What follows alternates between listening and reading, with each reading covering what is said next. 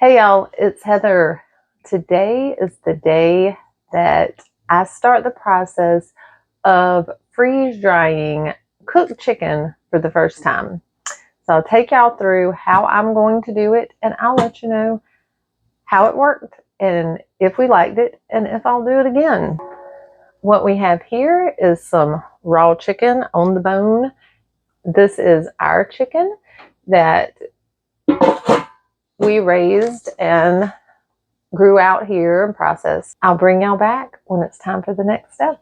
Okay, so it's the next day. I let the chicken cook in the roaster overnight. I turned it off this morning to let it cool a little bit. And now I'm just fishing the chicken, and of course some bones will come out. I'll pick it off the bone, return the bones to this broth, and let them cook down for a couple days and can up some bone broth.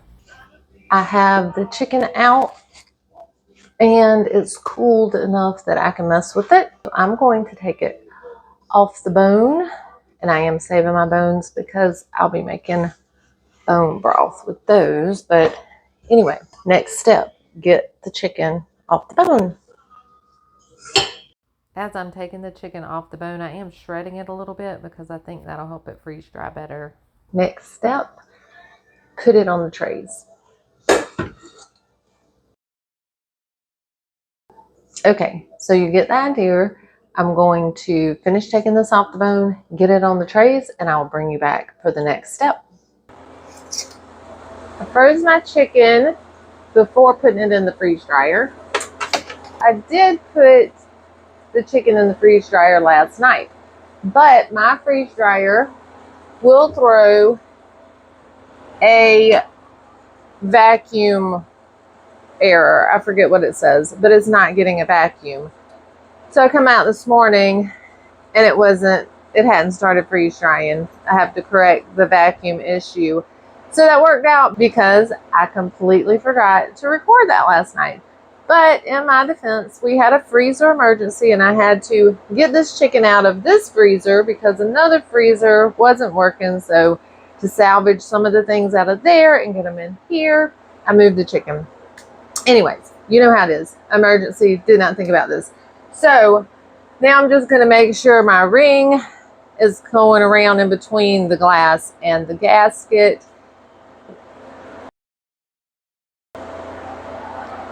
Okay, close the valve, so it should be good to go now. We've been through it with the Harvest Right support, and this is our third gasket, I think. And we replaced some other things in the machine. But the way I find to fix that, if you're having this problem, maybe try it. I don't know. It's working for us. We pull this. It's like, I don't know, something's not adjusted right here. Even after replacing all the parts that they said we needed to replace, it would be hit or miss throwing that vacuum code. So now we just make sure we have that thin ring, you know, whenever you close the door. If not, then I pull this gasket out a little bit where I don't have that ring. And that is working for us. But sometimes, like last night, I just threw the stuff in there, shut the door. I didn't even look at that. So this morning, it's beep, beep, beep, saying it's not getting a vacuum. So anyway, this should correct it. This wasn't about that, but I thought I'd just throw that in because that has been a very frustrating thing. But in the end, this is what we're doing now. Maybe that'll help you. I don't know. Okay, well, the process is starting over now. I'm going to overdo it for sure because I want to be sure that it is very, very dry before I put it in my Mylar bags. I'll bring you back when I pull the chicken out the freeze dryer. My chicken should definitely be done freeze drying. I think it was probably done last night, but I had a lot of stuff going on, so I just put some extra dry time on here to make sure that it would be super, super dry, and I couldn't get to it yesterday. Anyway, right now I have 48 hours on here, and that is a lot, but I feel better doing a lot than not enough. Yesterday when I came in, it had 36 hours on there, but that was also because it had went into extra dry time. So probably it was, with no extra dry time, 24 hours, I'm sure it had kicked into my extra dry time. But anyway, this is what I'm doing. I want to make sure it's dry because this is going to be probably pretty long-term storage for me because I'm going to use out of my freezer first because, well, this is going to keep longer than my chicken that's in the freezer. Again, it is cooked chicken. I'll put these in mason jars and then I will transfer them to Mylar bags. This way I can try some of it before I use my Mylar bags. This is the first time doing it if you for some reason didn't see the first side of the video. So I want to make sure that it's something edible before I package it long term into my Mylar bags. So I put it in these for now. And then if it's delicious, like I think it will be, I will come back and put them in Mylar bags. And I guess I should show you some of this up close. See how I can do this. You can see it's very dry. The oil, you know, off the meat. You can feel that. Oh, and these little things, they're just pizza savers. You can get a big pack of them on Amazon for relatively cheap. I know they sell things to put in between your trays, but this was cheaper for me. I got a lot more of them, you know, to stack your trays, to freeze them or whatever so the food doesn't touch, you know what I'm saying. Anyway, now I will take one jar of this in the house and fix it for supper tonight so everyone can try it, see if they like it like this.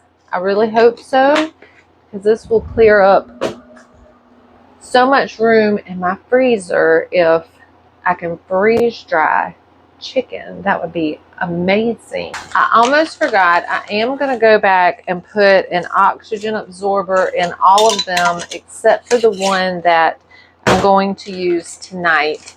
Now, me personally, I haven't had any trouble putting food in mason jars. I don't vacuum seal them. But I don't leave them in there for years and years either. I might leave them for 6 or 8 months. I'm back there looking to see if I have anything in a jar now. Like these onions. Can you hear? You can tell they're still dry. I don't have an oxygen absorber in here. And if I don't use them, by the time I think I should use them, if I'm like, okay, they're just sitting on the shelf for months and months and months, obviously I'm not going to use them. I'll go ahead and put them in a Mylar bag with an oxygen absorber. But I've had no trouble putting stuff in mason jars. But again, it's not like I'm storing them for years. Okay, now I'll bring you back when we taste test it. It's time for me to make some supper, so I took a jar out, put it in this glass measuring cup, and instead of adding water, I got some of the bone broth that I have cooking back there and added that. I did have to strain it because there's onions and bones and all kind of things in there, you know, don't want that in my chicken, but I thought it would be better than the water. And I let that sit for, I don't know, 30 minutes maybe while I did some other things. And I'm going to make some barbecue chicken sandwiches out of this, but I wanted someone to try it before I put the barbecue sauce on it. So the lucky taste tester is my oldest son. He happened to come in the house first. So he gave it a try, and he does seem a little awkward on camera, but it is the first time he's trying this, and his opinion was that it did taste like regular chicken. And for supper, we had barbecue chicken sandwiches. My husband and my other son could tell no different from canned chicken, because I do canned chicken, or fresh chicken.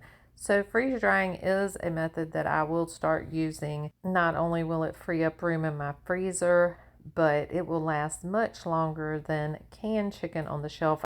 I will still can chicken, but this is just another method to preserve it. So I'm very happy with the outcome. Thanks so much for watching, and if you haven't subscribed yet, consider subscribing. It doesn't cost you anything, helps us out. and helps us grow. And that's what we want to do here, but we can't do that without y'all. Thanks so much for watching. We'll see y'all next time. Just tastes like regular old chicken.